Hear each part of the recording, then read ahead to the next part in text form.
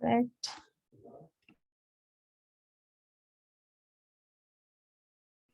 Let's start. We can start, yeah. सहनाववतु सहनौ भुनक्तु सह वीर्यं करवावहै तेजस्विनावधीतमस्तु मा विद्विषावहै। ॐ शान्ति शान्ति शान्तिः। ॐ सदाशिवसमारम्भां शङ्कराचार्यमध्यमाम् अस्मद् आचार्यपर्यन्तां वन्दे गुरुपरम्पराम्। ओम गुरुर्ब्रह्मा गुरुर्विष्णु गुरुर्देवो महेश्वराः गुरुर्साक्षात् परं ब्रह्म तस्मै श्री गुरवे नमः। ओम सरस्वती नमस्तुभ्यं वरदे कामरूपिणि विद्यारम्भं करिष्यामि सिद्धिर्भवतु मे सदा। तात्पन्यदोषोपहतः स्वभावः गच्छामि त्वां धर्मसम्मूढचेताः। यश्रेयस्यान्निश्चितं ब्रूहि तन्मे शिष्यस्तेऽहं शाधिमां त्वां प्रपन्नाम्। ॐ वाङ्मे मनसि प्रतिष्ठिता मनो मे वाचि प्रतिष्ठितम् आविर्वीर्म एधि वेदस्य मा आनिष्टः श्रुतं मे मा प्रहासिः। अनेन अधीतेन अहोरात्रान् संददामि ऋतं वदिष्यामि सत्यं वदिष्यामि तन्मावतु तद्वक्तारम् अवतु अवतु माम् अवतु वक्तारम् अवतु वक्तारम्। ॐ शान्ति शान्ति शान्तिः। ॐ भद्रं कर्णेभिः शृणुयाम देवाः भद्रं पश्येमाक्षभिर्यजत्राः स्थिरैरङ्गैः स्तुष्टुवाग्वं स्वस्तनूभिः वैशेम देवहितं यदायुः। स्वस्ति न इन्द्रो वृद्धश्रवाः स्वस्ति न पूषा विश्ववेदाः स्वस्ति नस्ताक्ष्यो अरिष्टनेमि स्वस्ति नो बृहस्पतिर्ददातु। ॐ शान्ति शान्ति शान्तिः। ॐ अहं वृक्षस्य रेरिव कीर्तिं पृष्ठं गिरेरिव ऊर्ध्वो पवित्रो वाजिनीव स्वमृतम् अस्मि द्रविणत्वं सवर्चसं सुमेधा अमृतोषितः इति त्रिशङ्कुर्वेदानुवचनम्। ॐ शान्ति शान्ति शान्तिः।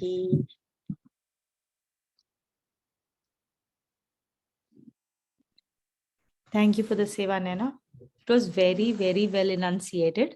There are still some portions where there are a few changes that we need, small this thing. So what we can start is, in new year, we will start, like I think we've been talking about it, that we'll start our more deeper dive into the invocation shlokas.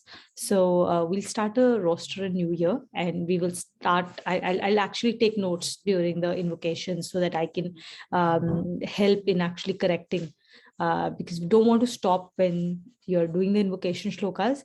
But I'll need to take notes, otherwise I forget afterwards and I don't remember all the places that require changes, right? So we'll start doing that from the new year. So we want to talk about chapter 3 chanting as well, but I think we'll wait for everyone else to join and maybe take that on towards the end of the class. For now, we will go and we'll start chapter 5. So we completed Shlok 17 in last class, where we were basically just talking about what is the attainment that we have of a person. Like, we talked about what is the mental state, how is the intellect of such a person, and what is the kind of, like whether you're coming from Gyan Yoga, whether you're coming from Karma Yoga, attainment is always the same, right? And what is that attainment is what we read in the last shlok that we covered, right? So we'll start with shloka 18. So Sanchita, will you read with us? Yes. Let's start with connection. Yeah, connection. The Lord describes the equanimity of the outlook of the yogi on attainment of this culminating point in the discipline of jnana, direct perception. Shloka 18. Vidya Vinaya Sampanne Vidya Vinaya Sampanne Brahmane Gavihastani Brahmane Gavihastini Shuni Chaiva Shvapake Cha Shuni Chaiva Shupake Cha Panditaha Samadarshinaha Panditaha Samadarshinaha Vidya Vinaya Sampanne, one who is filled with Vidya and Vinay, knowledge or education, and Vinay, humility. Yeah. Brahmane is a learned person. Gavi is a cow. Hastini is elephant. Shuni means dog. Chive is and even. Chive and even. Shwapake is a chandal or a demon or a person with basically the word chandal has been used to showcase a person who is degenerate. That means a person who has very bad habits, and such a person who cannot be called a human being, even though he's a human being in form, but he's not really a human being because of his behavior and is more like an animal. Panditaha is a sage or a wise person. Samadarshanaha. Sam means equal. Darshanaha, to view. Okay, let's read. Such a sage looks with evenness on a learned person endowed with erudition and humility, on a cow, on an elephant, even on a dog or a chandal, a person with a degenerate nature. A sage's evenness of outlook. Ordinarily, a man has deep veneration for a learned person endowed with erudition and humility. A cow is considered to be a sacred animal. An elephant is a bulky animal, and a dog is considered to be a dirty animal. A degenerate person of dirty habits, though a human being, lives the life of an animal. These 5 types are mentioned in this shloka because ordinarily people look upon them with different attitudes of mind, a reverent feeling for some and contempt for others. But a Jnana yogi, reposing in the universal self, views them with an evenness of mind, because for such a yogi, it is the universal self manifesting himself in different shapes.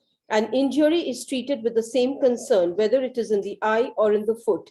Similarly, difference in shapes notwithstanding, a Jnana yogi maintains an evenness of mind towards men and animals and has an attitude of uniform sympathy towards them.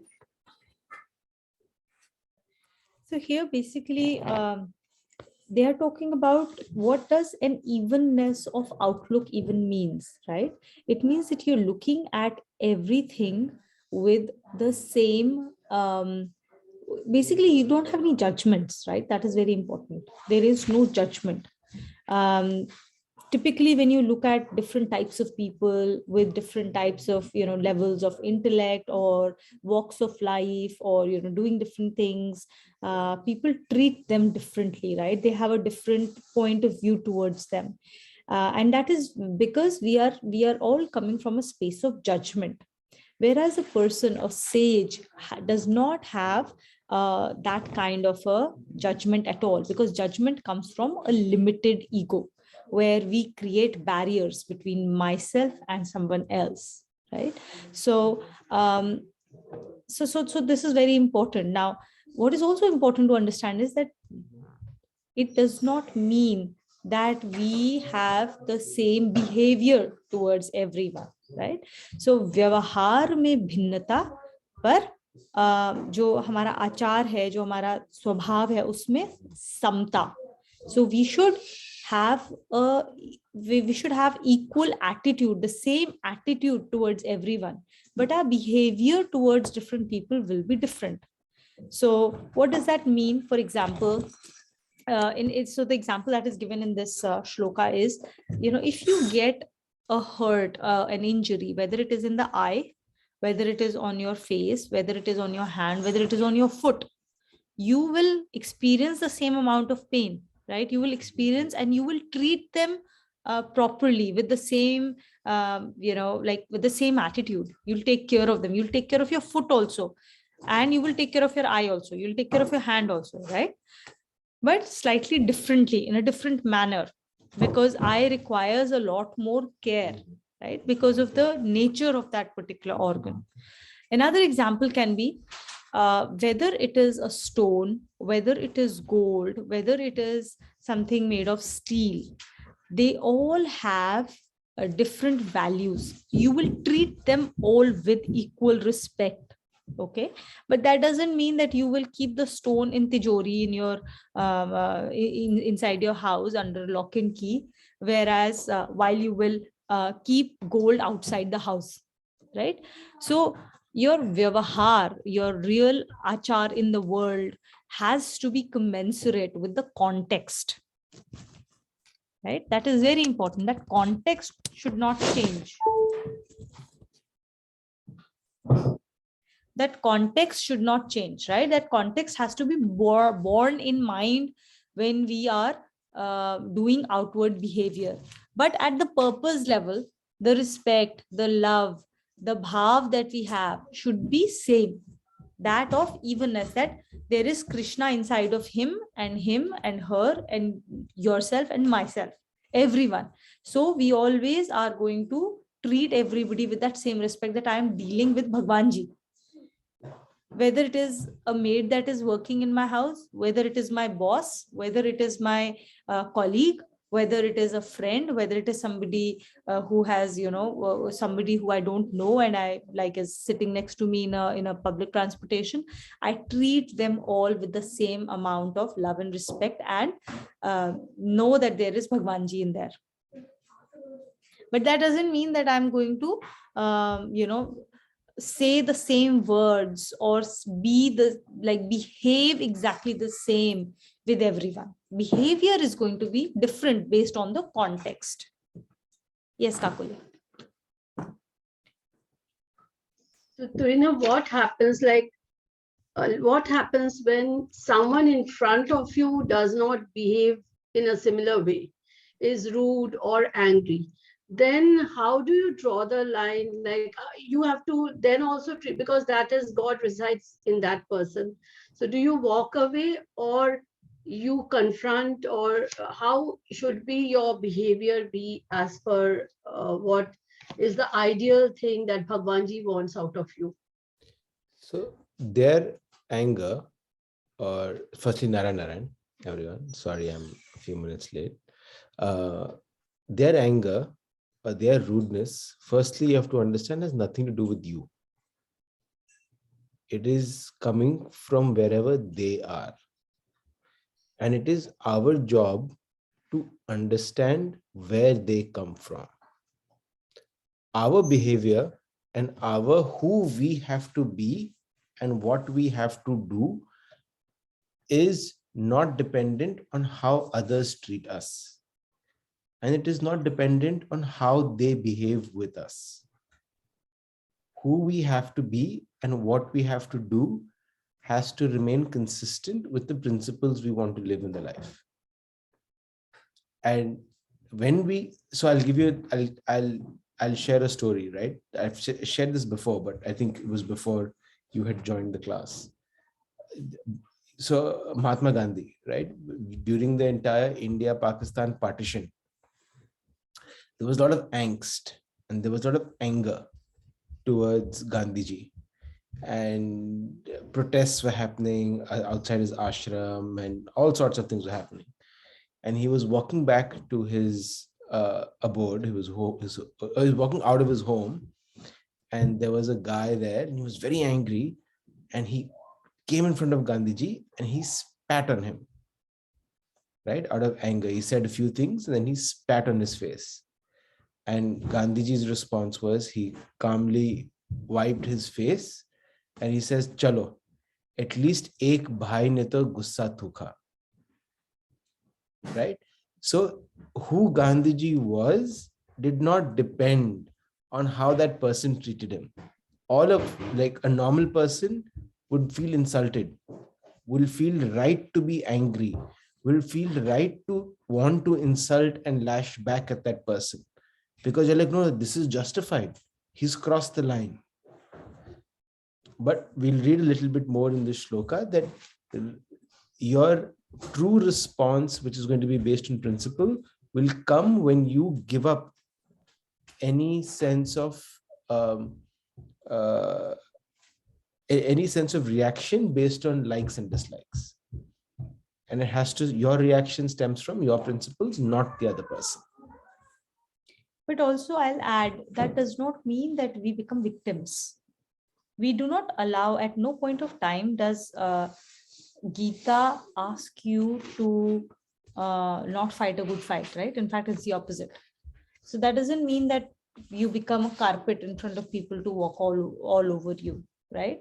And that's not what is being preached at all. In fact, Gita shows, in fact, if we follow Gita's principles, then we become stronger than anybody else, which means that nobody can walk over you, which is why so if you can give, like, there are so many different seemingly opposite things that can be talked about in this question if it is asked in an abstract manner, as with most things in Gita, right? So there are always dualities where, like, okay, am I supposed to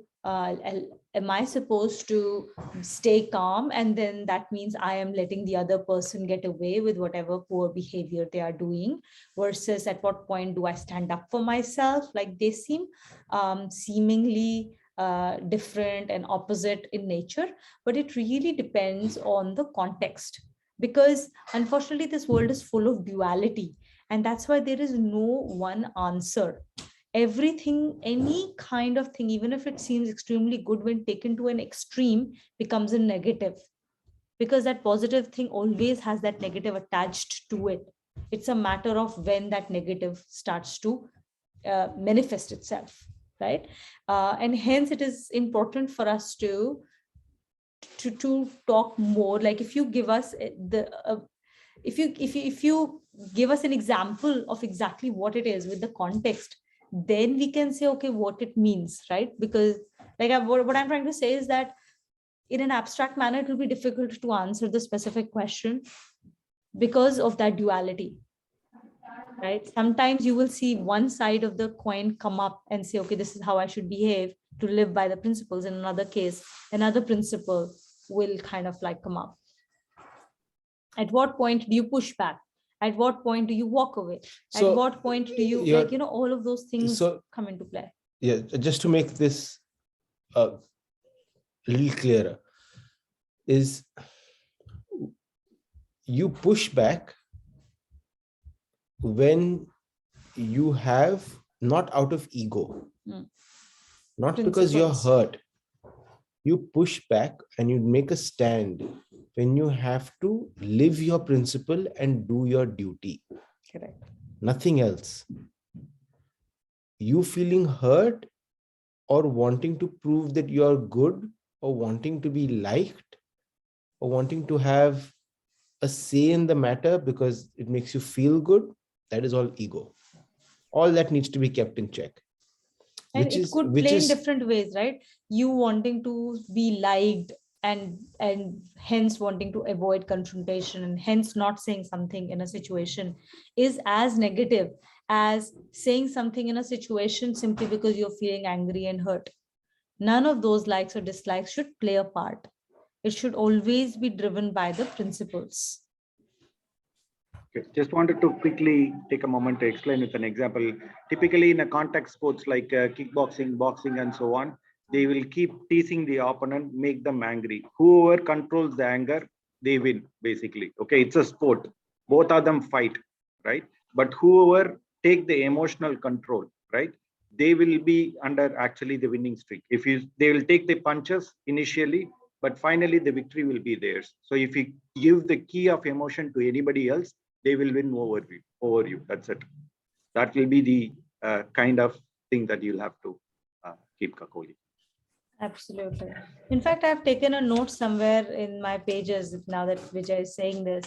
I think I've written it somewhere here, which says that anger is a loss of control and is a position of weakness. a position of weakness. So you should never act out of anger. We can use anger as a tool, as a weapon where required, but we shouldn't be angry. You can use anger as a tool, but not be angry ever. And if anger and rudeness does come your way, as a person living the principles, view it as an opportunity to cut your prarabdha. And another important way to look at these things is that there's one part about us evaluating what our duty is in a moment and then deciding what our response should be. But another thing is every VVGP gives us an opportunity to look inside of ourselves. So if somebody has behaved in a certain way with us, which we do not like, it's an important time for us to look inside ourselves and ask ourselves, when have I been this person with someone else? And how can I remove this thing that I do not like outside of me, in front of me, in my VVGP, inside of me first? I completely eradicate it from inside of myself,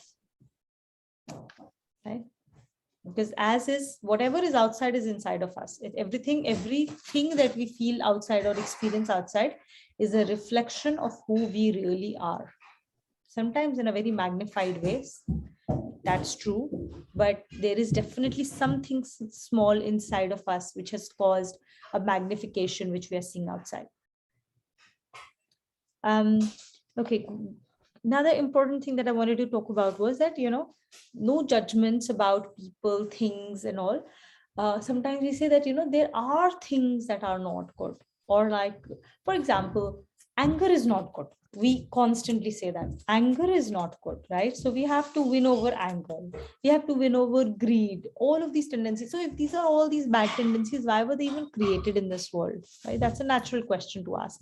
And now you can use a similar question to pretty much other stuff also, people who are like, oh, there are evil people, they are doing bad things, or, you can talk about it in so many different things, right? Now, a person who has reached a culmination of a discipline and has that evenness of outlook understands that everything has been created by the Lord and everybody has been created by the Lord. So anger is also his creation for a reason. It has a place. There is a reason for its existence. It's just that instead of us using it appropriately in a specific situation for which it was created, we allow it to, क्या कहते हैं, हावी हो जाता है वो हम पर. It conquers us and it starts to use us. This is where things start to go wrong. So you've said this before as well, but in what we have to strive towards is not find the purpose of anger in our situation. No, I'm not saying that. What I'm saying what we is, have to strive towards is reflect the divinity and our divine qualities, and that is. No, I'm not saying that. What I'm saying is that we don't need to have judgments for anything out there saying why is this like this, or like this is good or this is bad, because there is nothing good or bad. That's what I'm trying to say. Everything has been created for a reason. Sun is as good as the shadow, because shadows are created because of the sun as well. Everything has a reason. Wherever there is like, there is dislike. So we have to move and we have to basically move away from doing to being. Once we move from doing to being, then life becomes much simpler. So example that we've talked about is, being a friend. If I'm being a friend to someone, that means I'm not being a friend to someone else. It's the duality. It always follows immediately. So if I stop doing the duality of being a friend and not being a friend, instead, if I become a friendly person, instead of doing, I go to the being, I become a friendly person, there is unity there. And so I am friendly to everyone that comes around. Virility, yes. So a couple of other points very quickly, and I think the next few shlokas talk about evenness and what gets present when you're equanimous and you don't give into your impulses. So another analogy we've talked about is the ocean, the floor of the ocean. You will only see. You want to sit? You want to listen? You can. So the floor of the ocean, you will only see when the water is still. If the water has waves, if the water has disturbance, you will not be able to see the floor of the ocean. And that is the analogy of our mind and our soul. You will not experience our soul. You will not experience our divinity if you are constantly giving in to the waves, the impulses, the ichhas, the rag, dvesh, the likes, dislikes, the favorable, the unfavorable. That is why for us to have clarity, and all of us have had moments of that clarity. All of us have had moments of where our intuition has spoken to us and has changed our lives. And all of us will say, yeah, we have very strong gut feeling about things, right? But for us to live with that thought, with our gut, with a very strong intuition, we have to calm the water. And calming the water essentially means moving away from rag, dvesh. Only then will you be able to reflect the divinity from the seabed. Only then will our soul's light reflect through all the noise. And that's why Nam Jap then becomes very important. It's a very powerful way to redirect the mind. That was one. The second thing is, and I'm sure Tuvina talked about this, right? The 5 different people that have been mentioned in this shloka. It is a manifestation of the world that there is always going to be diversity. And the diversity will always generate a lot of perceptions and thoughts in all of us. The diversity exists not for us to try and engage on likes and dislikes, but the diversity exists for us to appreciate the beauty of Bhagwanji.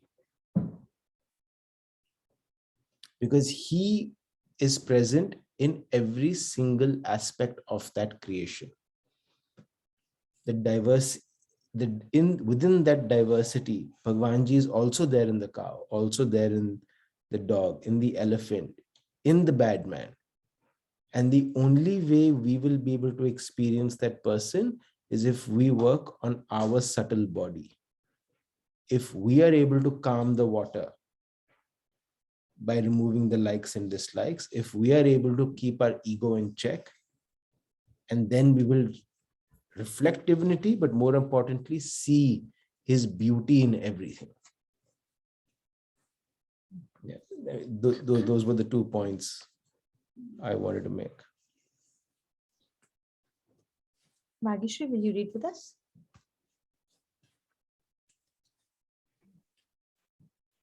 Speaking of the noble attitude of Jnana Yogis, the Lord says, Ihaiva tarjitah sargah Ihaiva terjitah sargah yesham samye sthitam manah Yesham samye sthitham manah nirdosham hi samam brahma Nirdosham hi samam brahma tasmad brahmani te sthitah.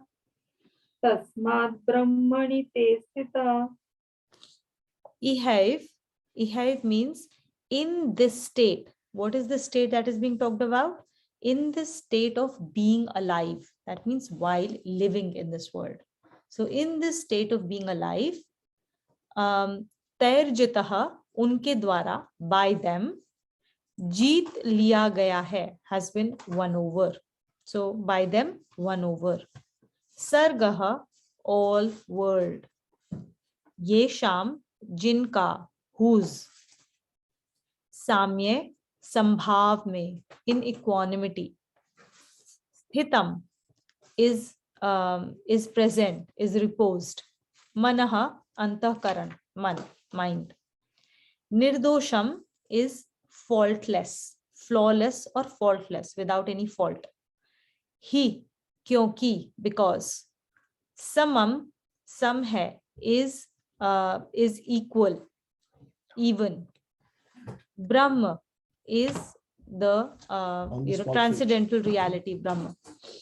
Tasmad, isse, because of this, isse, in this, Brahmani te sthita, is sthit, is reposed in the Brahma.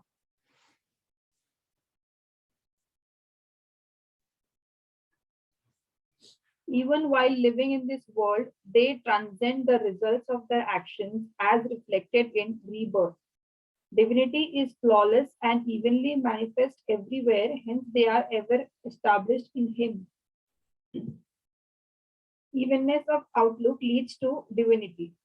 The culminating point of the discipline of a Jnana Yogi is an evenness of outlook mentioned in the previous shloka. In this shloka, the Lord clarifies where this evenness of outlook leads to. This evenness is a feature of divinity.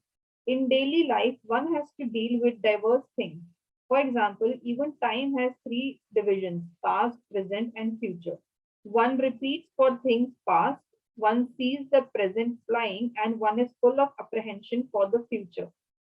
The future turns to present, and the present becomes past, all in a moment. But in divinity, there is no past and no future. It is ever in the present. In the sun, there is no variation of night and day. Similarly, one cannot imagine the difference of past and future in divinity. Again, for an individual, virtue and vice are two different entities, but divinity is free of such a diversification. Whatever is in it is real and absolute. This is why divinity is said to be flawless and evenly manifest.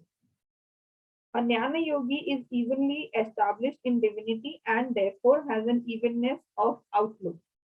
His sublimity rules out any wants from the world. This is why such a yogi is said to transcend the result of actions in this world as reflected in the cycle of birth and death.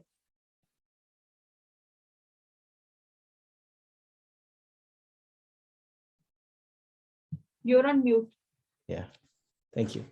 So a couple of points. One, it's again highlighting something that we've discussed, which is where is Bhagwanji? Firstly, he is in all of us. But even in the sinner, he's flawless because he's not the doer of the action.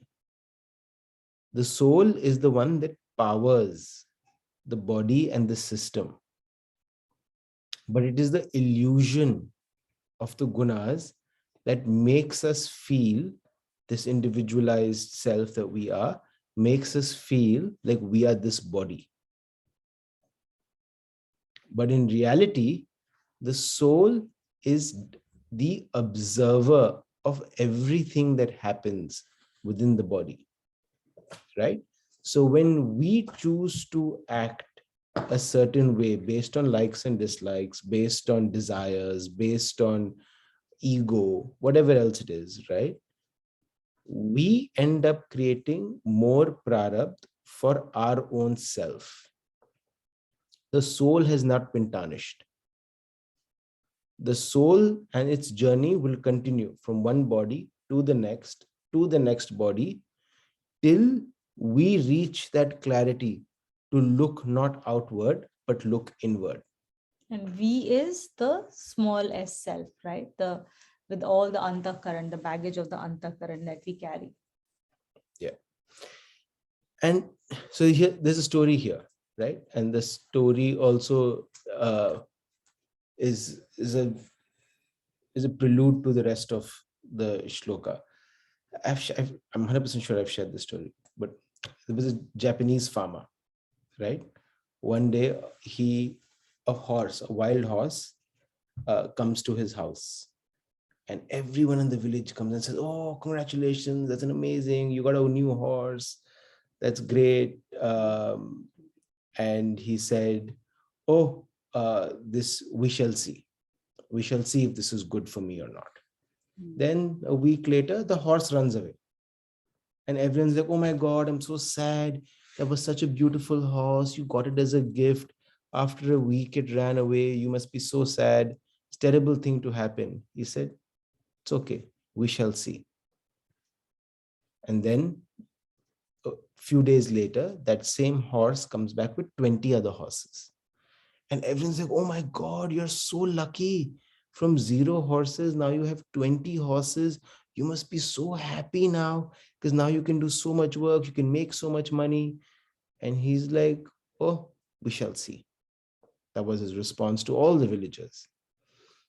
His son, who was 20 years old, was trying to train these horses on how to race. And while training the horse, one of the wild horses, the horse kicked him off and he broke his leg.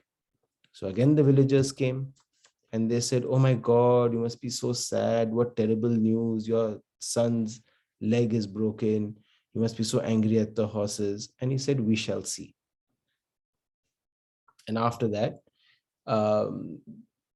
war broke out in the country, and army people came to the village to recruit boys to go fight for the army. And all the boys got rounded up for war except his son. And the villagers came back and said, "Oh, you must be so happy that your son's not gone into war. Now he won't die. He'll be so safe." And the villagers said, "We shall see." Right? That's the power of being even-minded. The same situation, you could have oscillation of so many emotions rather than being fully leaning on faith that whatever will happen for the best. And that's the other thing about equanimity, which is interesting. You cannot be equanimous if you don't have a principle. You cannot be equanimous if you don't believe in your principles. A person who does not have principles is a person who will constantly chase likes, dislikes. But for you to, even someone slaps you today, for you to decide not to slap that other person, you have to lean back and say, "No, there must be a reason. Let me try and understand." Right? You lean back on something you believe. Mano fir jano. Right? And that's where Gita becomes very important. It becomes a book of principles. And for us to be equanimous, we have to lean back on our principles in day-to-day life.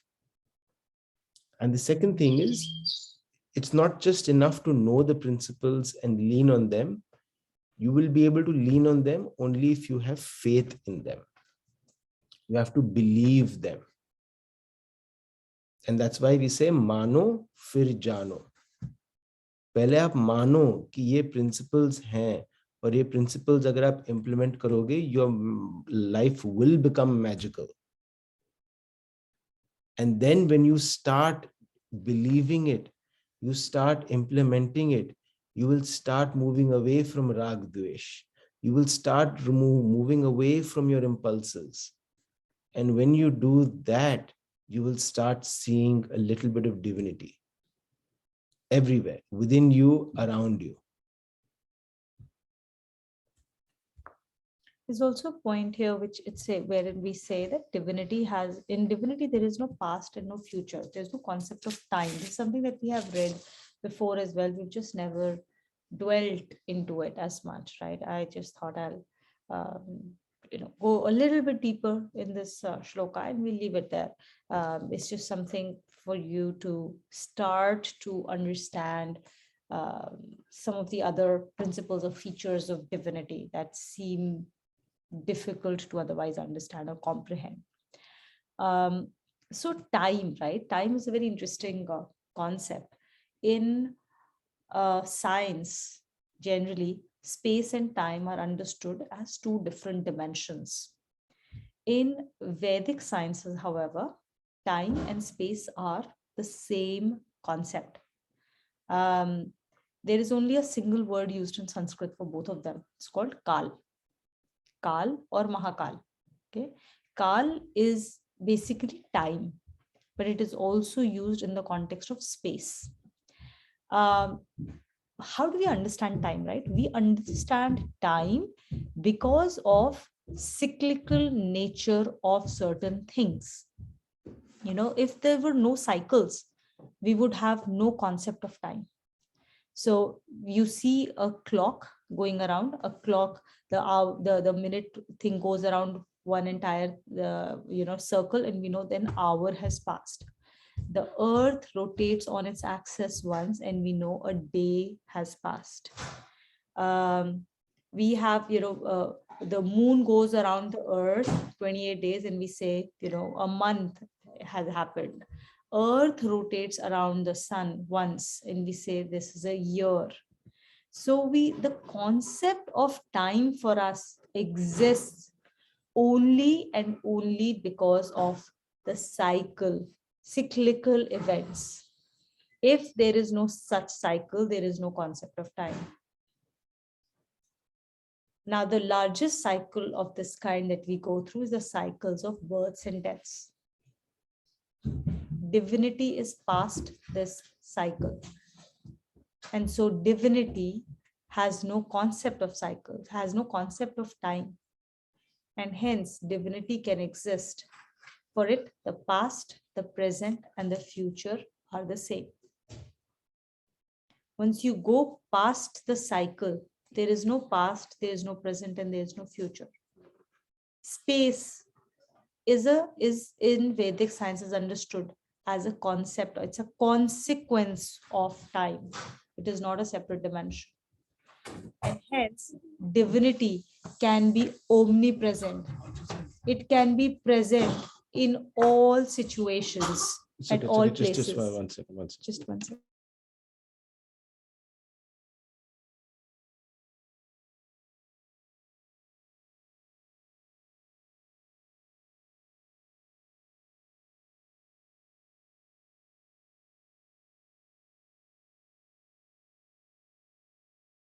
Sorry, just 1 minute. Somebody's got hurt here. Just 1 minute.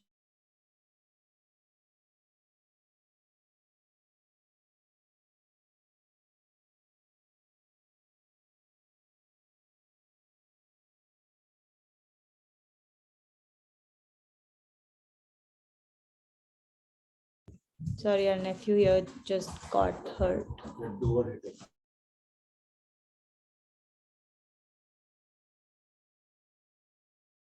Sorry, his toes came on the door, basically.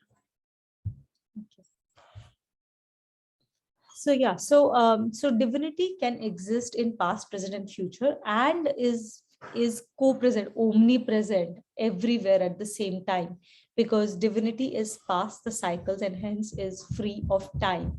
And because it is free of time, it is free of the consequence of time, which is space as well. In a very, very basic way, we can kind of begin to understand some of these features of divinity.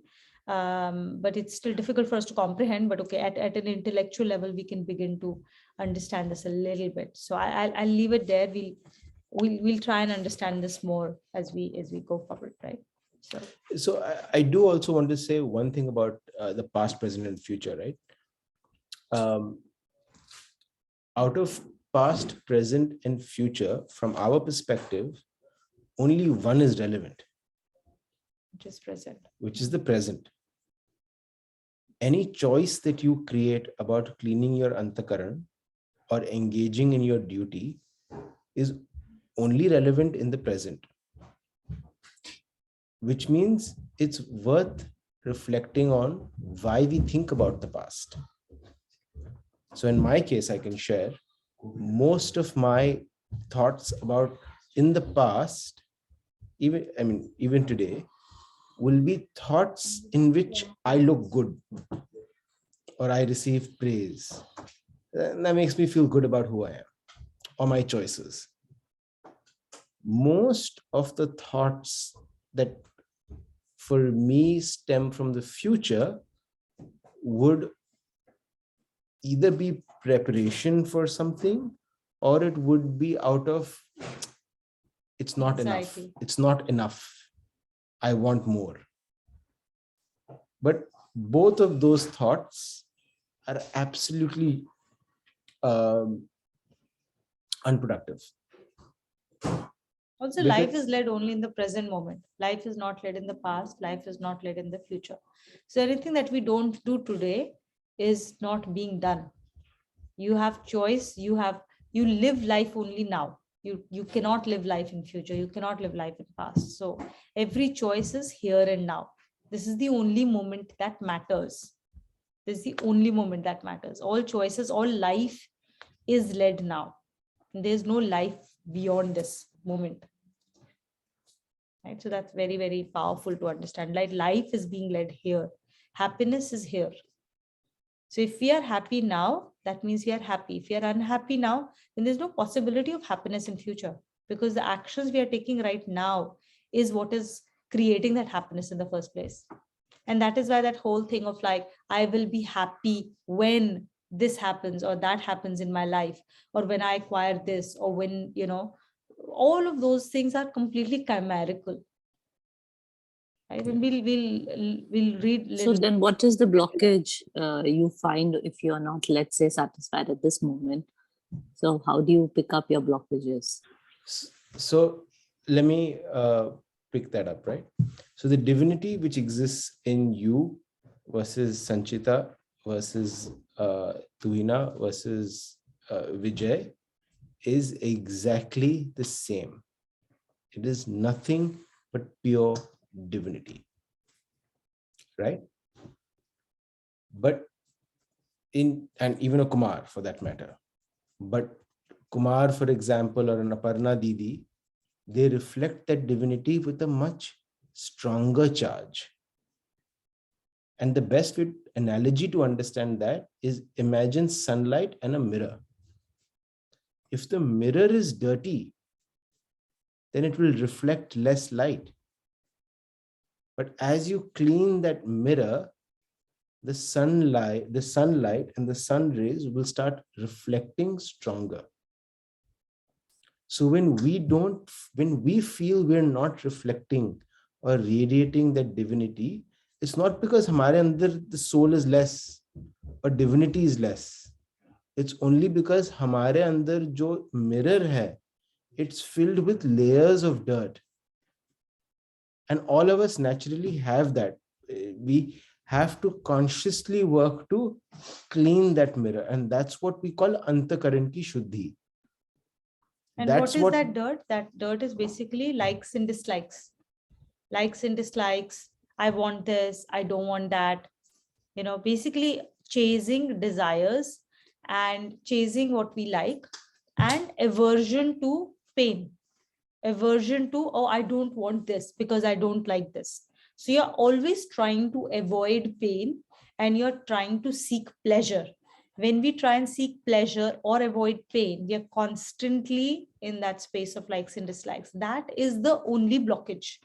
And from there, then everything else stems. And this is layers not from this life.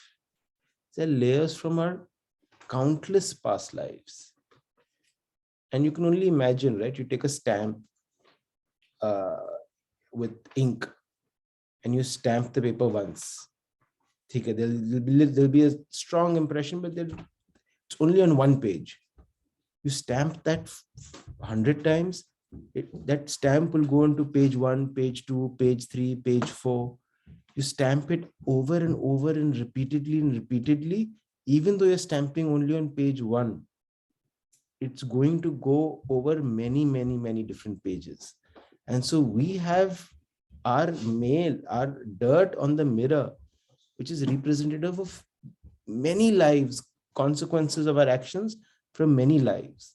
But this is the life in which we can say we have the opportunity of reading the Gita, which means we have the opportunity to clean that mirror with one stroke and radiate that divinity within us.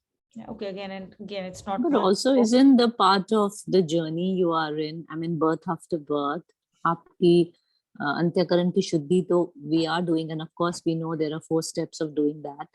You know, you and Kumar constantly keep reminding us. But also, is that because, I mean, birth after birth, you're in a journey, right? So it's like where you leave, the next birth you get is based on what has been your ending. So is that also a possibility because they are advanced or whoever, you know, A, B, C? So it's work in progress, birth after birth as well, right? Could we say that? Yeah. I mean, yes, but the point is कि कोई और आगे क्यों है? क्योंकि वो ज्यादा मेहनत कर रहा है end of the day, right? Absolutely. तो Absolutely. वो हमारे ही हाथ में है ना कि हम कितना मेहनत करना चाहते हैं. The point is कि we've got this human birth जिसमें we can do all the मेहनत और we can say कि यार ठीक है थोड़ा बहुत कर लिया अब अगले जन्म में Yeah. बाकी काम करेंगे ठीक है अभी हमसे और मेहनत नहीं होगी. The point is किसने बोला आपको कि अगला जन्म आपका ह्यूमन बीइंग का होगा? नहीं होगा. I can guarantee you नहीं होगा. Human birth is a very, very precious birth. We just don't get it just like that. We are going to go through after this life. If we do not reach nirvana, we'll go through innumerable different lives, and those lives can be of all, you know, different spans, and we will go through them before we cut enough prarabdha to be able to come back into this life form. होएगा ही होएगा. ये नहीं होगा कि हम लोग perfectly like, you know, we are going in this space where after this we'll get another life and another life. And there are all these conversations around, you know, you people remember their past lives and all. It feels like, oh, I've been born like, you know, every new life has been like a human life. It doesn't work that way. So people have, it's very precious to get a human life. There are कितना 84 लाख योनियां हैं जिनके through हमें गुजरना पड़ता है. 84,000 lakh. 84 lakh. 84,000 lakh. 84 lakhs. 84 lakh. Sorry, 84 lakh. Right. So let's not treat this life that casually, and let us not take ourselves off the hook by saying, you know, it's like several, it's easy and it is, but I think with Gita in hand, I think we need to get a little harder on ourselves. Right? I mean, it's very important. Even that thought, right? Yeah, some people are yoga brushed, so they're further ahead. I'll make a little bit of progress in this life and then work on it next life. That thought emerges from where? The thought emerges from a like. Yeah, I want to take it easy. I don't want to work. Or no, But- it's not about that. It's also about habits, right? Habits are difficult to change. Habits are very difficult to change, right? If somebody is not used to, you know, for example, I was once a very night person. Like all my activities would happen only at night. All my projects got done only at night. And then work forced me to wake up early in the morning. It was a habit that took time to get away. For me, like getting up and being in office at 8 o'clock, I thought the whole world should thank me that I'm here at 8 o'clock. Like the world owes me something. How can I be standing here at 8 o'clock? How can I leave home at 7 o'clock in the morning? Right? I've been in that space where I thought the world owed me just because I landed up in office at 8 a.m. Right? So we all are creatures of habits, but we have an intellect that we must utilize to know these are the bad habits and I need to break it. And this is a good habit that I need to replace it with. So all our sanskars, prarabdha, all of these things are basically our habits, which we need to break out of, nothing else. Thank you.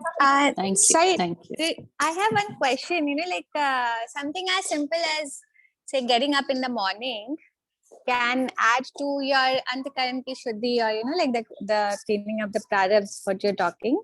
Absolutely. Or is it like related only to when it is kind of affecting life at a bigger purpose, or people around you, or doing some karma? Because like if you're just getting up late in the morning and you're not affecting any karma or not doing any act or work or affecting any people, then does that mean that it's okay to get up early, or is it still advisable that you should wake up early and do things? So let me take that, right? So like we've explained in the past, that everything is made up of the three gunas, Sat, Raj, and Tam. So this sansar, everything is made up of these three strands, including us. One of the easiest way to observe its manifestation is by looking at the 24 hours in a day. The Satagun is highest in manifestation between, I think, 2:30 or 3 a.m. to about 8 a.m. Right? So all the sants, all the deepest meditation happens during that time of the morning. And it is said that for your brain has the most clarity at about 4:30, 5 in the morning.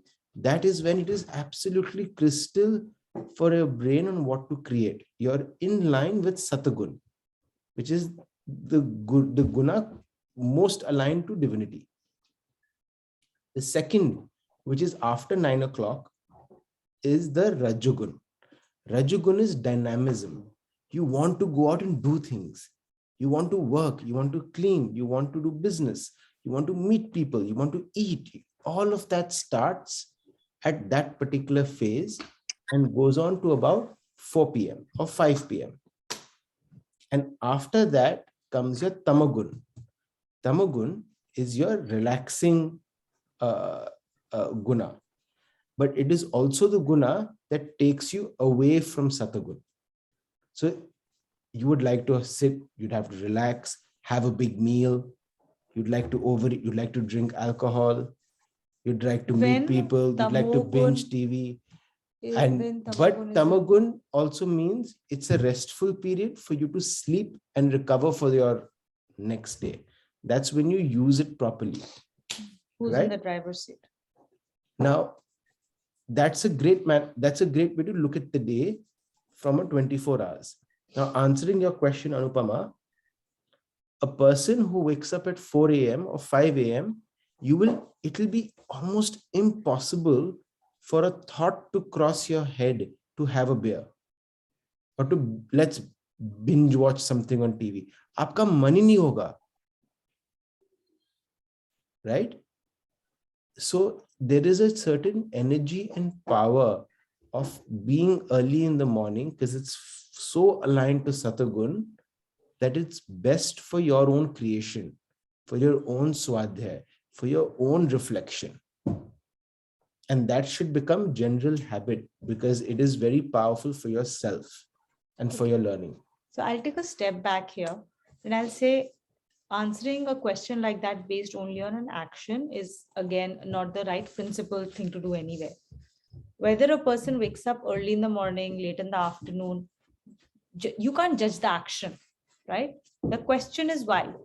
If the person is on a night duty and he's sleeping at 5 a.m. ultimately and he wakes up late, then that's because he's doing his duty, right?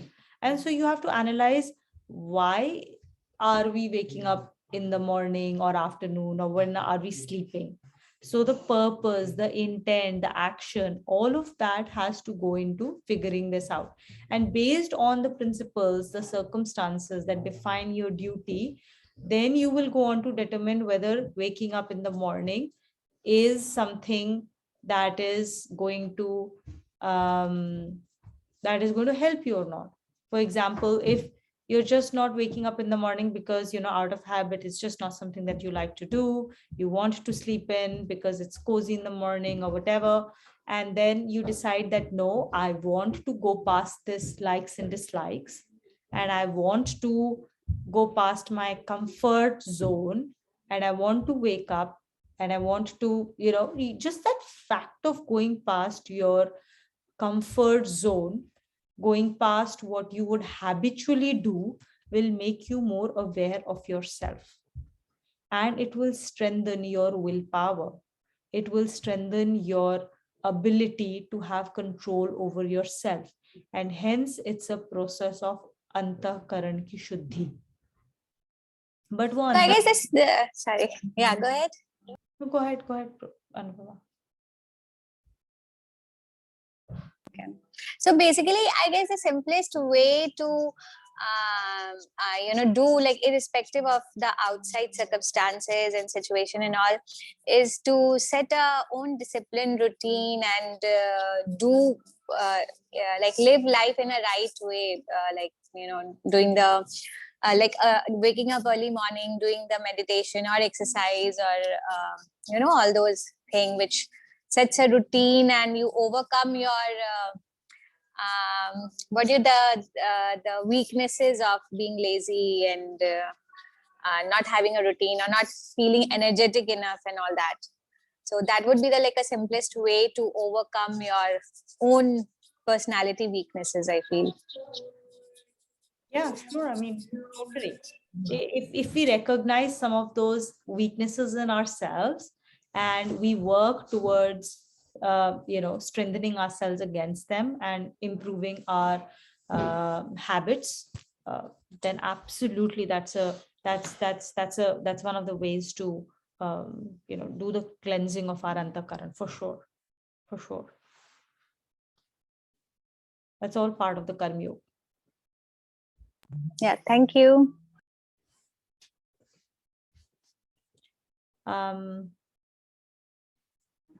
Kakoli, will you read with us?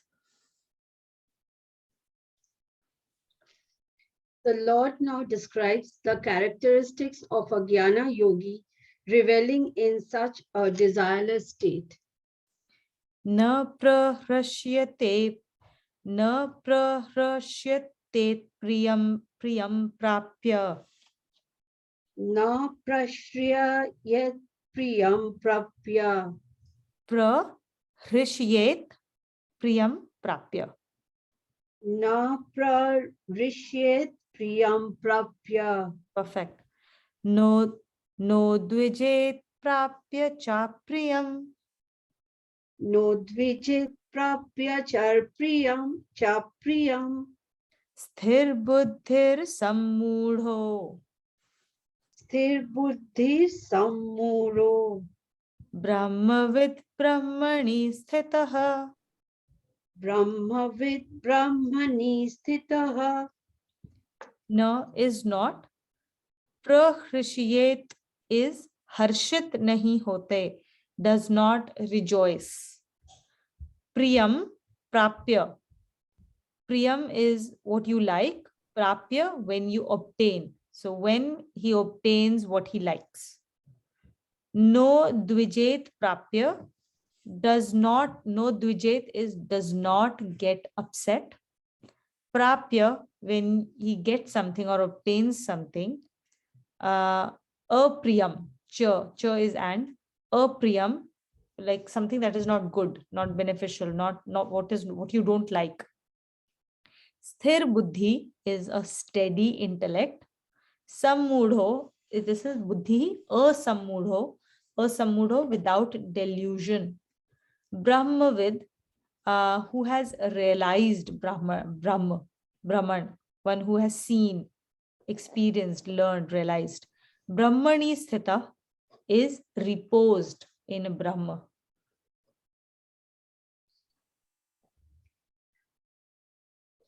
One who has realized Brahma, the universal self, and is ever reposed in Brahma, has a steady intellect and is without any delusion. Such a person does not rejoice on obtaining what is pleasant, nor grieves on obtaining what is unpleasant. Evenness of mind of a jnana yogi is the pleasant or the pleasant or the unpleasant. A jnana yogi is devoid of a sense of liking for anything. As such, the question of obtaining anything of personal liking does not arise. Similarly, there is complete absence of entertaining any sense of dislike for anything. As such, the question of any grief in the event of obtaining anything disliked also does not arise.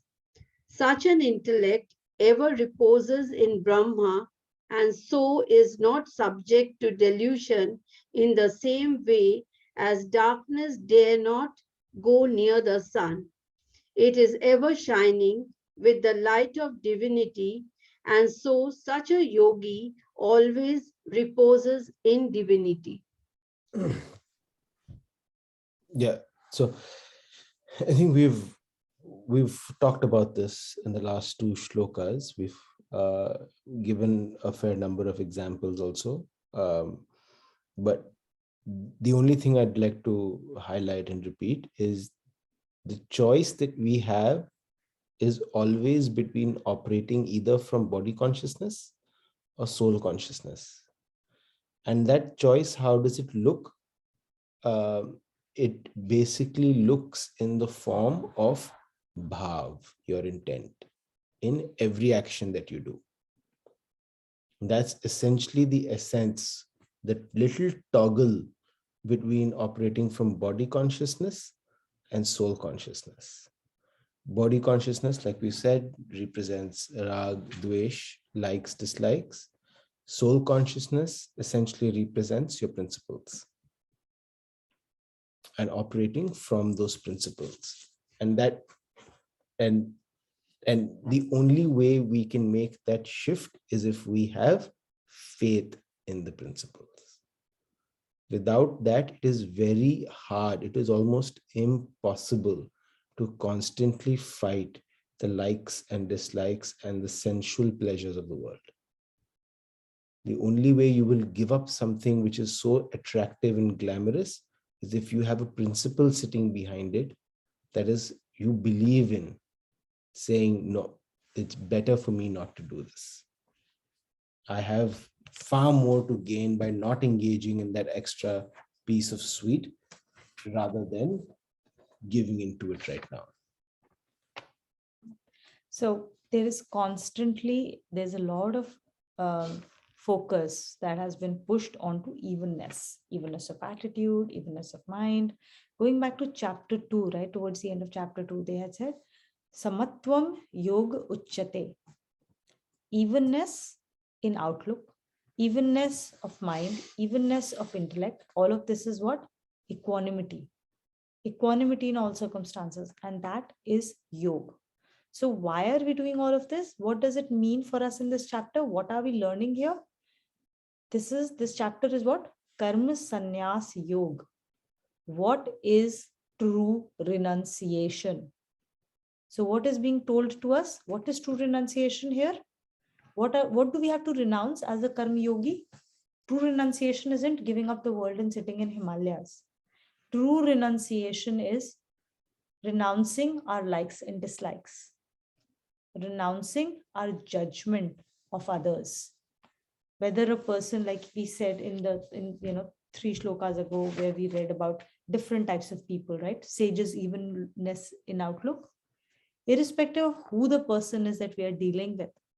If we can give up our judgment on people, if we can give up our likes and dislikes, that is the true renunciation.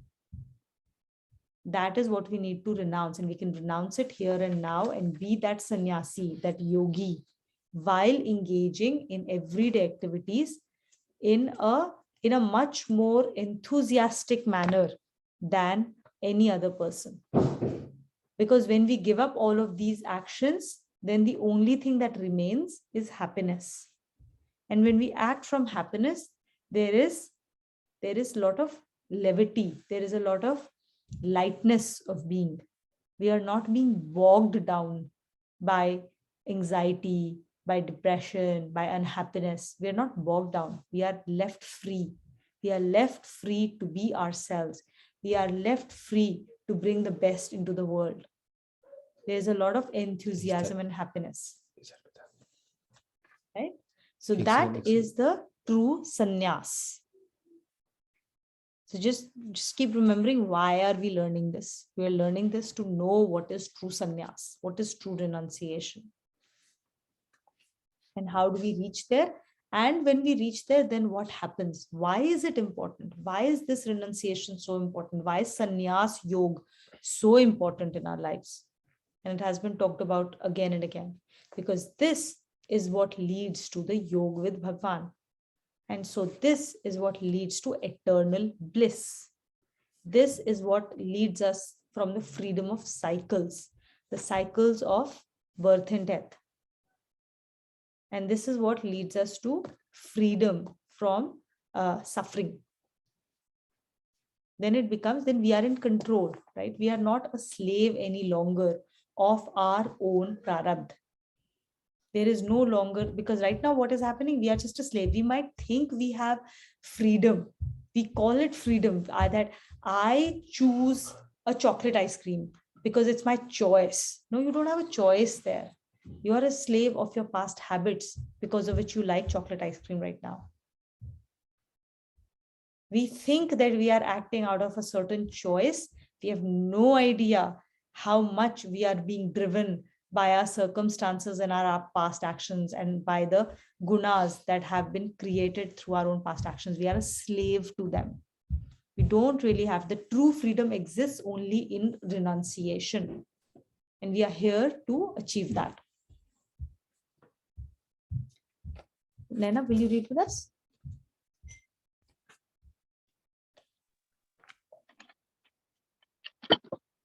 The Lord now describes the steps Jnana Yogis takes to keep the mind and intellect established in the universal self during the time of practicing the discipline. Bahyasparsheshva saktatma. Bahyasparshesha Bahyasparshesha Saktatma. Vindatyatmani yat sukham. Vindatyatmani yat sukham. Sabrahma yoga yuktatma. Sabrahma yoga yuktatma. Sukham akshayam ashnute. Sukham akshayam mashnute. Ashnute. Sukham akshayam ashnute. Akshayam ashnute. Bahya sparshe. So bahya is outside objects. Sparshe is contact, sparsh. Ashvasaktatma is one who does not have attachment. Vindyatmani yat sukham. Yat sukham is sukh hai, pleasure, right? Vindyatmani is one who finds it in oneself only. So who finds happiness only in oneself, or pleasure in one's own self. Sa Brahma Yoga Yuktatma, that person who is connected with the Lord through knowledge. Brahma ke saath yog hai, right? Kiske through? Knowledge ke through. So through the knowledge. Sukham akshayam ashnute. Sukham, happiness. Akshayam, undestructible, eternal bliss, undestructible happiness. Ashnute, experiences.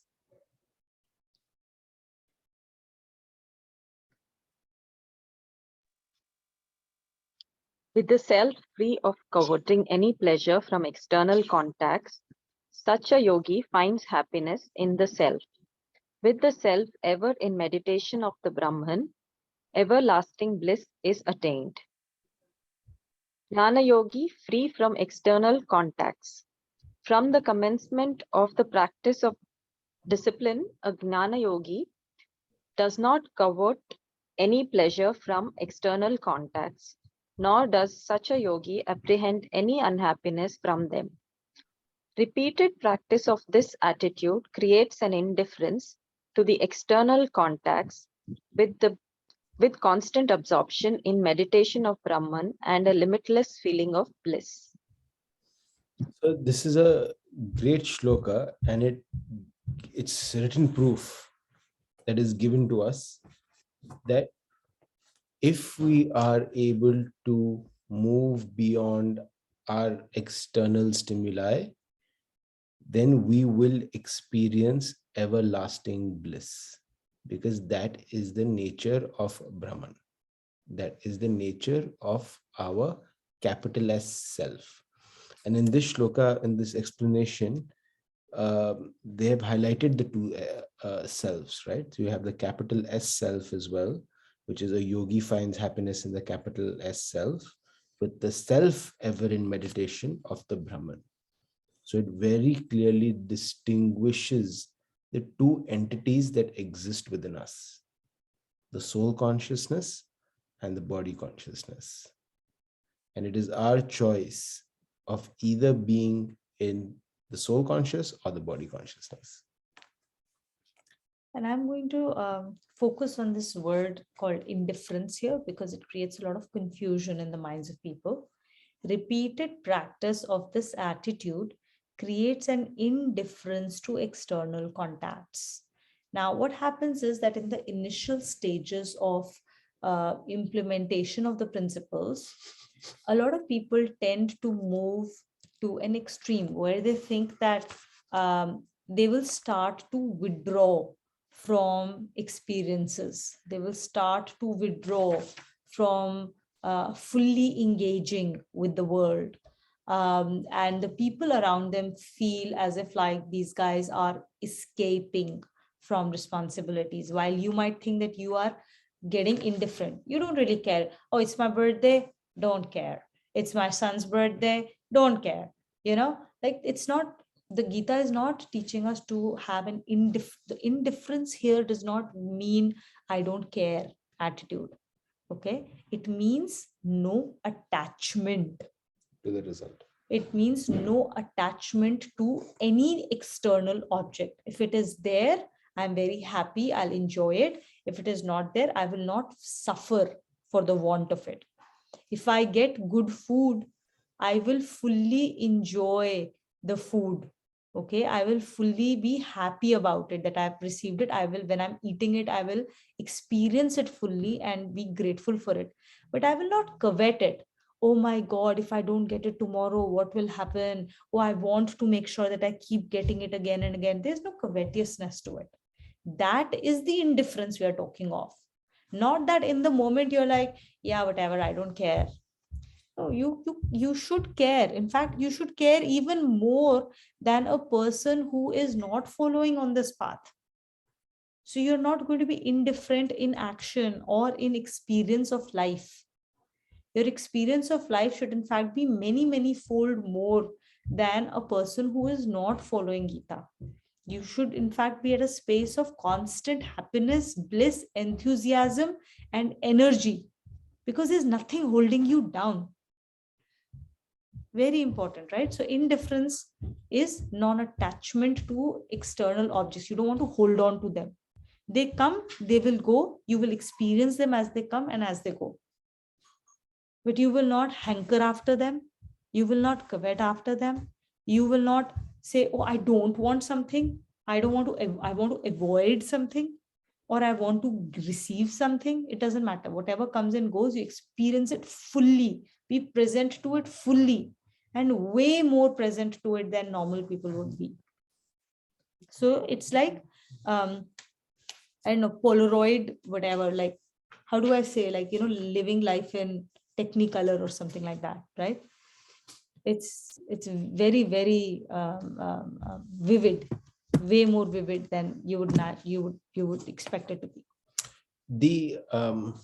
The other point that I'd like to add here, right, is when we think about capital S self and the small s self and the constant oscillation between the divinity and the animality, the humanity, or the animality, so to speak.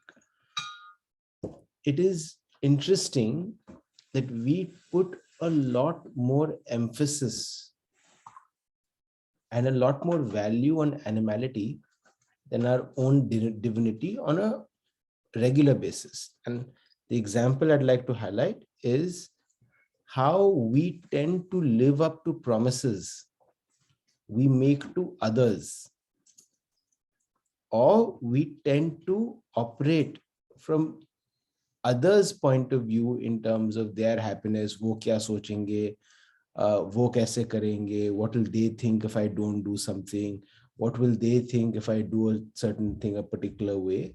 We allow all of those to dictate our choices and action rather than operate from the promises we make to our capital S self, which is to move towards our soul consciousness.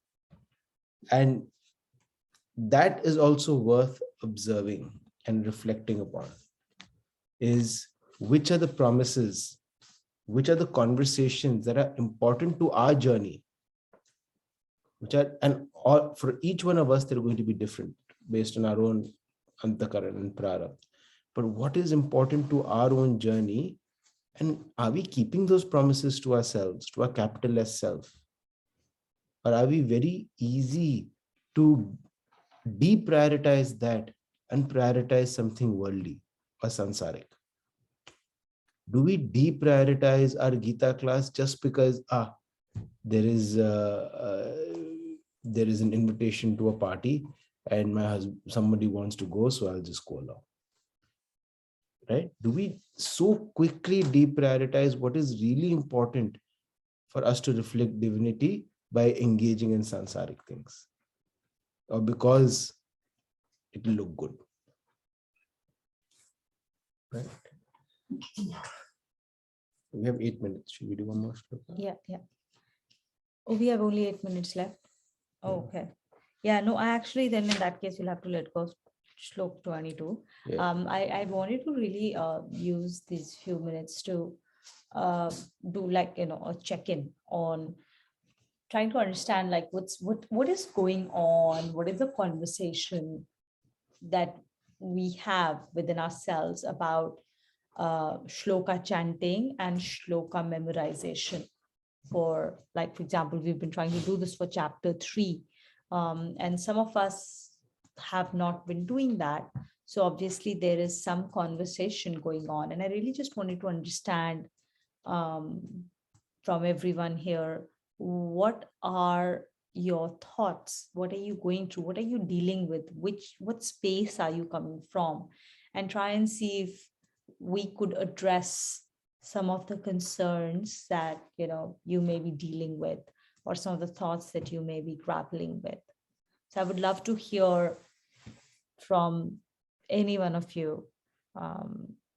Where are you coming from? Which space do you find yourself in?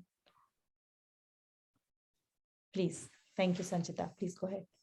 So so what I've started doing is now, when I first, I just listen into it.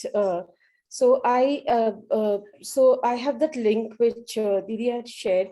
So morning, evening, now I just listen into it, and I've realized that slowly it started sinking into me. Now, I can, like, I still need a lot of practice, but, I've started getting the pronunciation right. And in fact, I also discovered a site where actually, there is this lady who chants it, and you can actually chant along with her. So that also, so I've started, doing this practice every day. But yeah, I still have a long way to go, but at least, I've started. And initially, like, I used to find it very difficult to read it.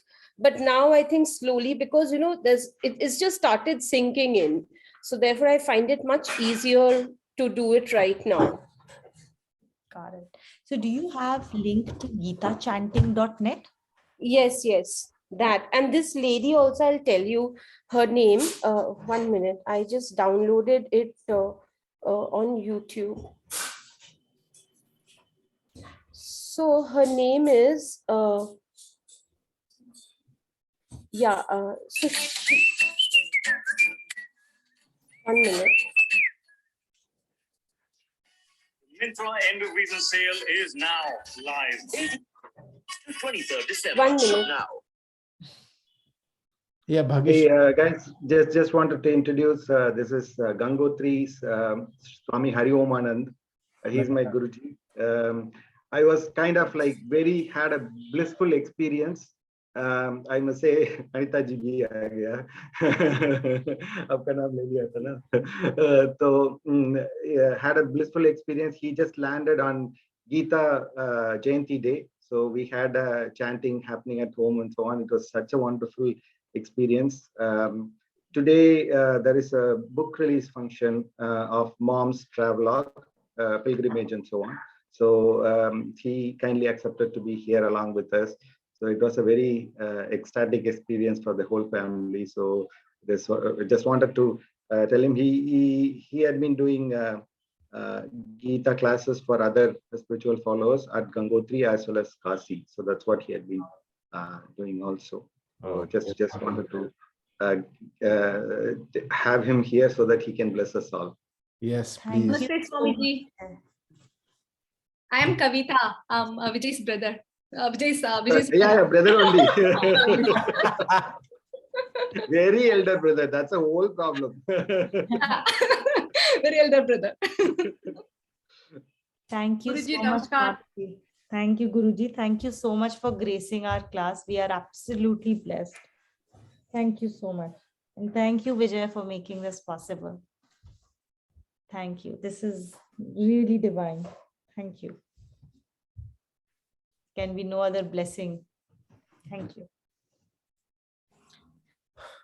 Yeah, Bhageshri, sorry to wait. No, wait a minute. Like now, maybe we can go back to Sanchita to complete her.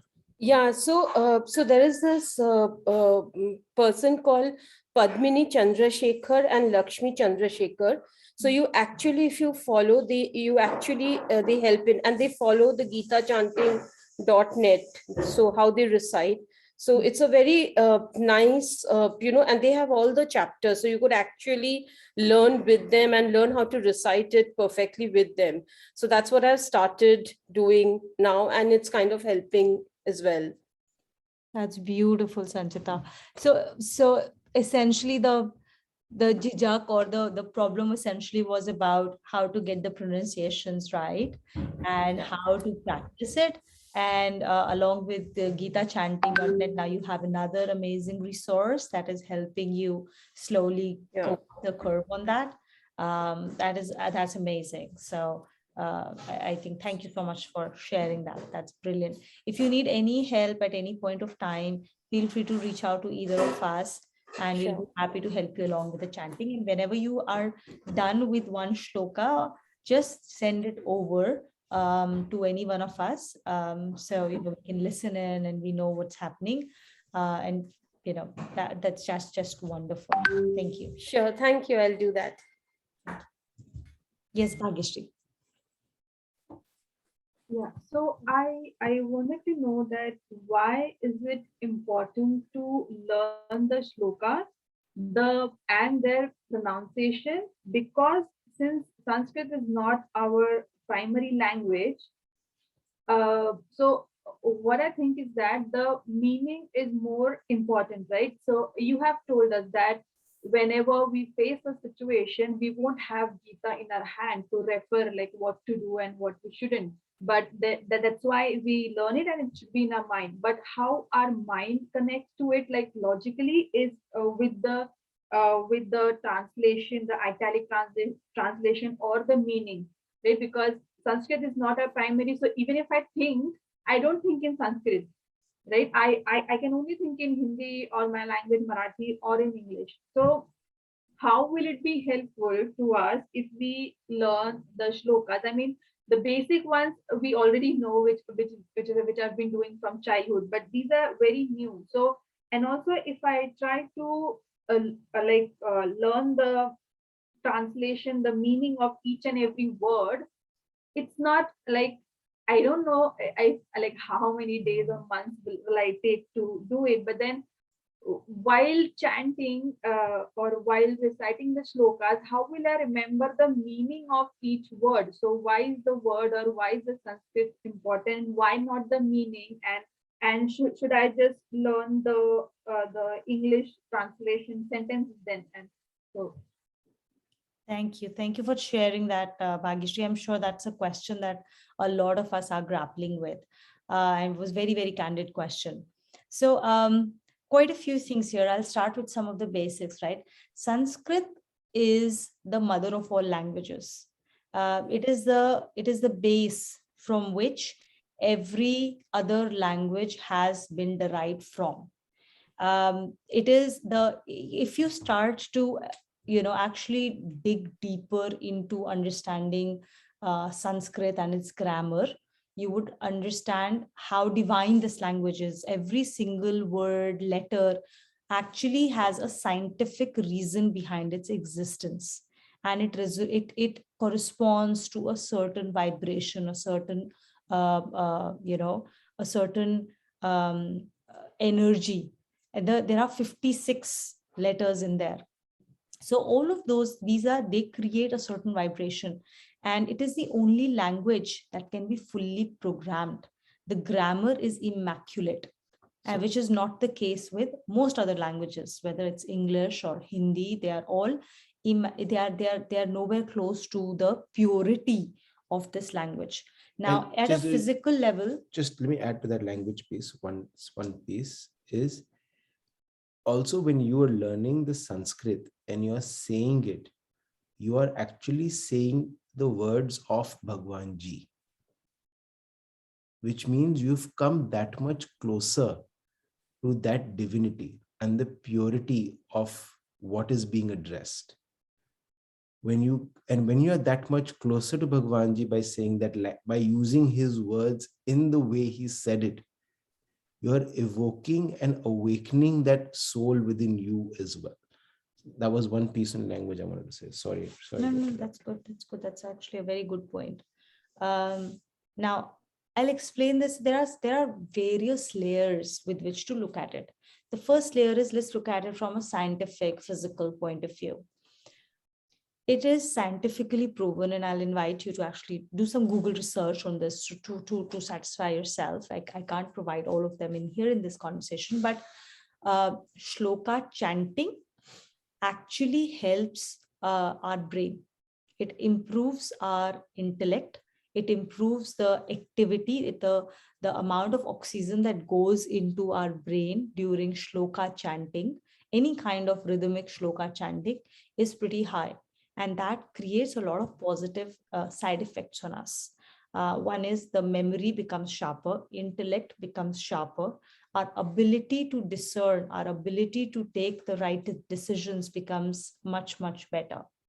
And if we do this on a consistent basis, deep breathing becomes better for us. And as deep breathing becomes better, if you go deeper, you will realize that oxygen or breathing is not just a physical activity. It is something called pran.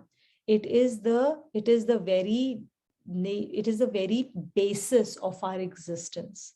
So all of these things, if you just take it at a physical level, you will realize that just chanting mantras is going to have physical benefits to you at a mental level. And when that benefit comes in, it has consequent benefits for your heart, for your blood pressure, and for your entire body. So that is at a physical level, the benefits that you will experience if you chant the shlokas, just chanting, okay? Now, why should you learn them? Why should you memorize them apart from the physical benefits? Is that when you start to understand and, when you start to make an effort, and yes, it is not your primary language today, but when you start to understand these words, you will realize whatever English translations we provide right now, they are very imperfect. English is not a language that has been built. It is a very good language to explain the bahya stuff, everything that goes on externally to us. It is not a very good language to describe internal, what goes on inside of us. The Sanskrit language, on the other hand, is very, very accurate because it has been created by the sages. It was spoken of by the sages. So for example, to give you just one small example, okay? In English, we use the word meditation. It is such a generic word that it conveys no meaning at all. If you say meditation, in Hindi, it could mean, in Sanskrit, it could mean jap, it could mean tap, it could mean dhyan. It could mean, it could mean so many different things. There are at least 8 or 10 different types of meditations within Sanskrit. So this language is simply not good enough. Whatever translations we are giving you are very imperfect in English. And with that imperfection, your understanding will be imperfect as well. So while we start here, it is extremely important to move towards purity. And purity, not just for the sake of purity, but eventually you will reach a stage where you cannot move beyond without learning, without understanding Sanskrit, to be able to understand the nuances. That nuance will simply not come to you. Because, like, for example, you'll just stay at the level of meditation. You won't be able to get past that, of like those different layers of meditation that we are talking about. So that is one part. Another thing is that while you feel at this stage that that you're asking us to learn shlokas to be able to memorize them so that they get invoked at the right time. But I don't think in Sanskrit, I only think in my different other language that I'm more comfortable with it. That's absolutely correct. And I fully get that. I fully understand that. It won't happen on day one, but trust me, there will be a time when you've done enough practice, these words will come. Like samatvam yog uchyate is the way I say that equanimity is there. I don't say equanimity is yog. I say like yog, samatvam yog uchyate. It comes eventually because it has a certain meaning. Yog does not just mean connection. The word, we explain it in English saying it is connection. But once you start to grasp the nuance behind the word yog, you will start to really understand what it means. Because for us, our ability to comprehend the world is through word, shabd, language. They say that the Bhagwanji created this world through his shabd. He said Om. He said in English, in Bible, they say he created Jesus. Jesus is the Son of God, and the Son of God created the world. Right? So Shabd is what creates the world. That is why it is so important to get closer to the purer language, which will allow us to create a more nuanced world out there, a more creative world out there. To give you another, at a more gross level, an example. Yeah, but this is a very important question, Abhinav. Another gross example, right? It is a very well-known and well-researched fact that people who have better vocabulary are typically more successful than others who do not have a more nuanced vocabulary. The reason for that isn't just because of vocabulary. It is because as you develop a better vocabulary, there are hundreds of side effects that get created, which allow you to communicate yourself much better and hence be able to create the world you want to create much better. That is why it is very important for us to move closer to the purer language, to be able to get closer to divinity, to cleanse our antakaran. It will happen over a period of time. And lastly, I would say, now that you have gone through certain amount of Gita journey, it's still a very early stage for us. But as you've gone through it, you've probably experienced some benefits of this, right? Once you've experienced some benefits, you would typically want to, it will come naturally to you that people you love, you care about, you will want to tell them about this experience, right? And you will tell them sometimes, trust me, this is good. I have experienced it and it works. Try and come and experience it, right? You will talk about your experience to others. Similarly, but they will not understand it, right? Because they've not experienced it. You can tell somebody that, an apple is sweet, it is tart, it is hard, it is crunchy. You can say all of these things, but until a person actually bites an apple and eats an apple, he will really never know what an apple tastes like. You can describe it in as many words as you can. Now, for people who have memorized these shlokas and have experienced the benefits, they have told us again and again that this is an important thing to do. Trust us, it will benefit you in immeasurable ways. And so somewhere there, that trust has to be there. Okay, we may not fully understand or grasp how those effects will come about, but it will come about. In certain ways we can understand it, but there are innumerably and immeasurable other ways where those benefits will start to accrue in your life through better understanding and better but better presence to the principles they represent. So how do I relate to the meaning of each word? You tell us them. I try to write it down as many as possible. But in this book, there's only the shloka and then the translation directly, the sentence. So let's say if I want to learn this word, that Jayasi Cheta Cheta Karmanasya, how do I know what the Jayasi means? What the it's not there in the book. So I have to eventually just like ratta the shloka, right? Which without knowing the meaning. Right. So there is a book called Anvay Gita. I will send you a picture of it. Okay. And I will also send you a picture of the inner page where you are able to source that book from in Meerut.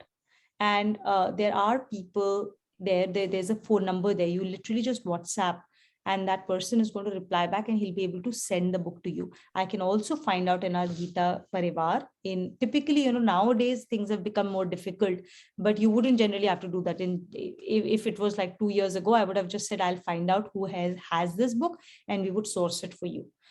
Today, I don't know if people have it in Singapore, but if not, you can definitely source it from India. So it's that Anvay Gita has got word meanings in it. Okay, it will, and that's something I use as well. And we can share that book with you to get it. And eventually, if any one of us goes to India, we will try and make sure that book comes for all of us and we get that across to everybody. So it will help you with the word meanings. Exactly that. Tuhina, I have one thing to add to it. Is that I found a website where it actually translates each word.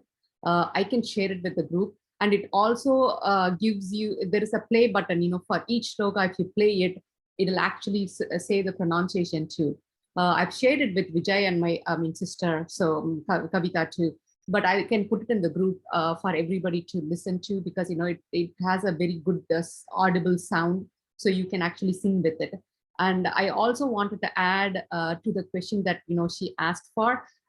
Sanskrit is like, Vedas are like Deva Bhasha. It has never been written by anybody. It was given to us by God himself. Okay, even the Sanskrit language, it came out of the Damru sound of the Shivji. It's like 14 syllables, and anything and everything comes out of that. It is a combination of the sound that was produced out of it.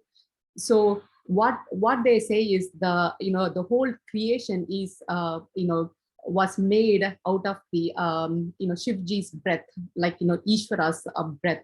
So there is a sound vibration that goes around with that vibration, right? So any shloka that you say, if you say it to the accuracy with the Mahapranas, Visargas, and there is so many things in Sanskrit, if you say those sounds, it produces that Deva Bhasha. And the vibration, that's why when you go to the temple, when the priest says the shloka, you feel a very good effect on you. So the vibration itself, even if you don't know the meaning, if you still say the shloka with your whole heart and with the exact pronunciation, the vibration is really good for the whole environment inside you and around you and anybody who listens to it. Yeah. Thank you, Anita, for that. It was very, very helpful. And we would love to, hear about the resources that you've been using. It would be super helpful, especially in the times when we are not able to get hold of these books. That would be super, I hope, it gives each word with a meaning, and I looked at it and I felt it was good. So I will share with the group, and I thought that it'll be helpful for everybody else too. Yeah, but if you guys really need the other book also, I'm going to India day after tomorrow. I can get any other, whatever the group wants. Let me know. Oh, that would be wonderful, Kavita. I'm definitely going to send you a wish list for the book. Tonya, I also have a question. Because you brought this up last week that you will be discussing. So obviously I understood that there must be a gravity to us learning and saying it correctly. And I want to know how important it is, given we are in the beginning of the journey and there's a long haul till your last breath to hold on to this journey. how important it is to actually do a basic Sanskrit class? Sure. So long haul or short haul, we don't know, because we can't predict tomorrow. We can't even predict the next minute. I think leaving this to a moment of like, because we think we have got like 40 years ahead of us, 50 years ahead of us, is pretty short-sighted. I can tell you with my own experience that 40 years of my life have passed, and they've passed like this. I didn't even figure out, like it feels like yesterday, right? If I can literally like close my eyes and say like, it was just yesterday I was in college, and I cannot believe it's been 20 years since I've, passed out.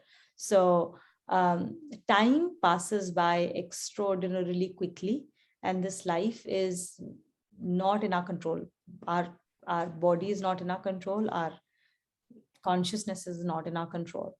So we should be looking to make there's no point in leaving anything to future. Your life is here and now in this present moment only. This is the only moment we live. So if we are not doing it now, then we'll not do it 5 years from now. I can guarantee you that. Anything that gets done only now. So it is extremely important to do it here and now. It will take us time, but it is not about the perfection of the action. It is about the intention, the purpose, and the effort with which that we put into it. It is not the result, right? Nobody really cares about the result. When you are practicing and doing anything, you're doing your swadhyay, it is not for us. It is not for anybody. It is God is seeing it, and the world, like he's omnipresent. He's seeing it, and that's it. The result is done at that moment, right? You get the result in that moment itself, whatever has to accrue. So, so yeah, you have to do it today and not tomorrow, I would say. Simply because, kal kabhi nahi aata hai. This memorization of slokas is for how many chapters? You said there are like 3 chapters which are important. Chapter 3, chapter 12, and chapter 15. 3, 12, and 15. Yeah, and then there are beyond these chapters also, there are other shlokas that are certain important shlokas that have been put together. The idea is that if you have memorized all of these, then you've got the most important Tattva Gyan in already. And there's like, nobody's asking us to do all 700 shlokas. But the important thing also is to remember, nobody's saying that you should just do these shlokas. People can go through all 700 shlokas, recite entire Gita of 700 shlokas, and still not, imbibe the meaning of it or live Gita, right?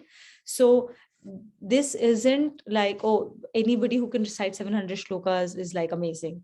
It is not about that. This is just yet another sadhana to help us improve the way we live our life, the way we are, how can we be that eternally happy, so that we can act out of happiness rather than act for happiness. And this is a small part of that journey. And remember, end of the day, all of these are crutches. The day we have realized, we are realized, right? After that, none of these things are important. Everything, you can leave everything at that point of time. That makes sense? Are there any other questions? Any other thoughts? Any doubt? Just don't think twice about it. Just there are no bad questions. There are only good questions, because it helps us clarify our doubts and it helps us free ourselves of our doubts. Just wanted to add just one thing. So most of the things we call it as translation is transliteration, right? As in there are language which contains individual nativity, which cannot be 100% accurately get translated. That's a point.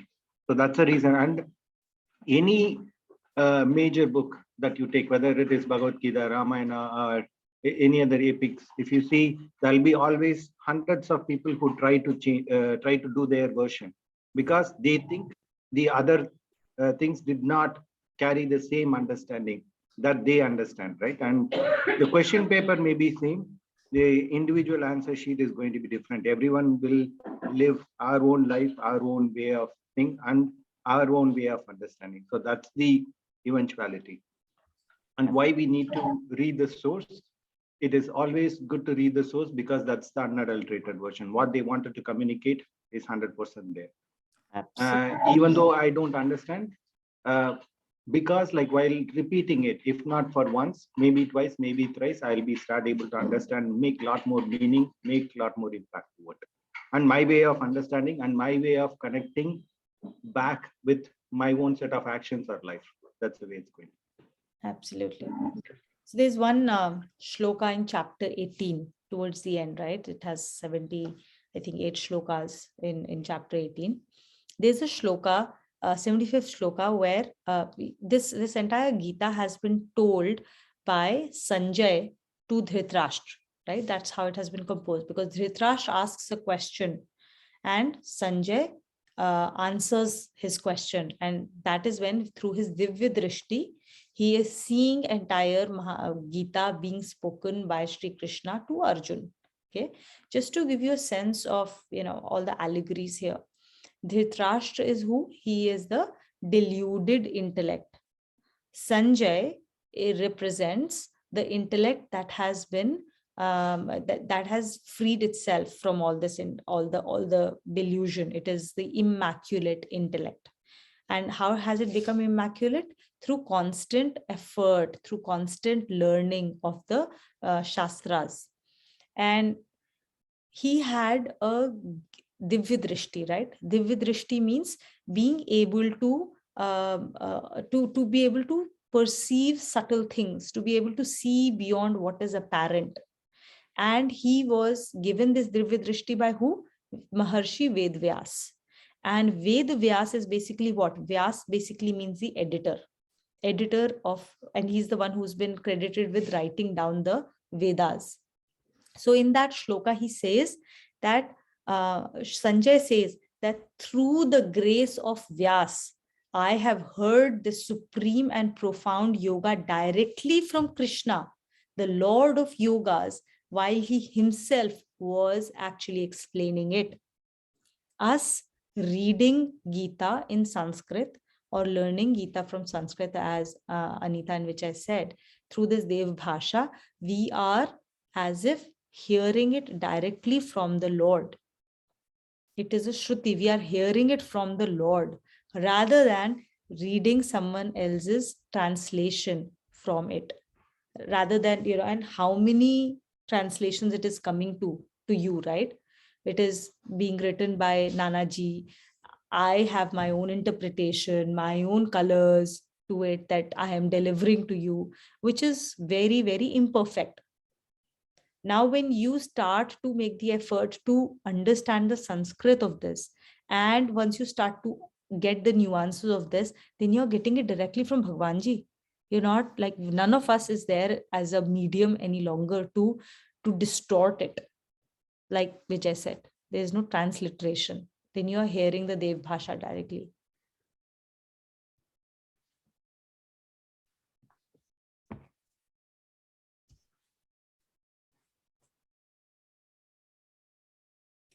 So I would expect that, you will start to understand this.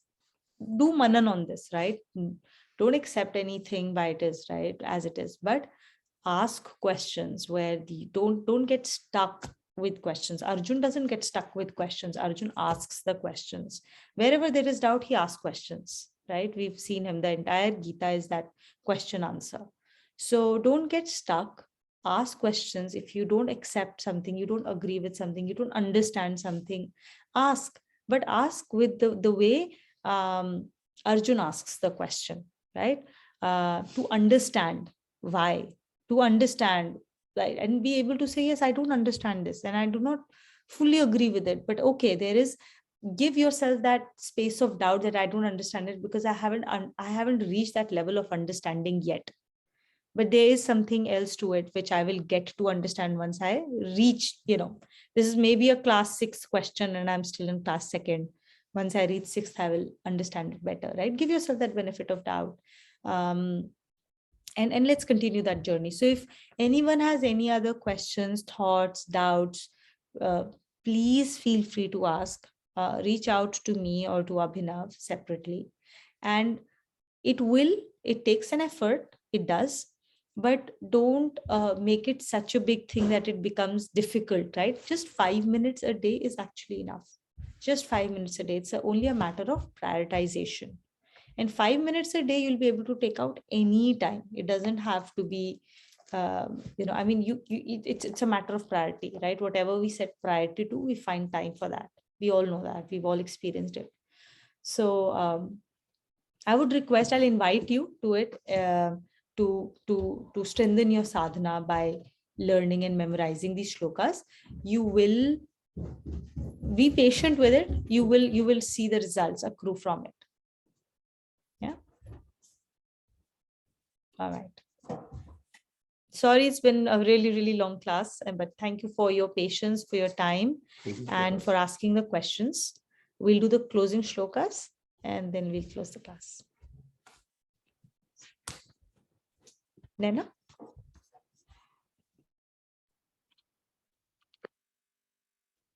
ॐ सर्वेषां स्वस्तिर्भवतु सर्वेषां शान्तिर्भवतु सर्वेषां पूर्णं भवतु सर्वेषां मङ्गलं भवतु ॐ शान्ति शान्ति शान्तिः ॐ सर्वे भवन्तु सुखिनः सर्वे सन्तु निरामयाः सर्वे भद्राणि पश्यन्तु मा कश्चित् दुःखभाग् भवेत् ॐ शान्ति शान्ति शान्तिः ॐ असतो मा सद्गमय तमसो मा ज्योतिर्गमय मृत्योर्मा अमृतङ्गमय ॐ शान्ति शान्ति शान्तिः ॐ पूर्णमद पूर्णमिदं पूर्णात् पूर्णमुदच्यते पूर्णस्य पूर्णमादाय पूर्णमेवावशिष्यते ॐ शान्ति शान्ति शान्तिः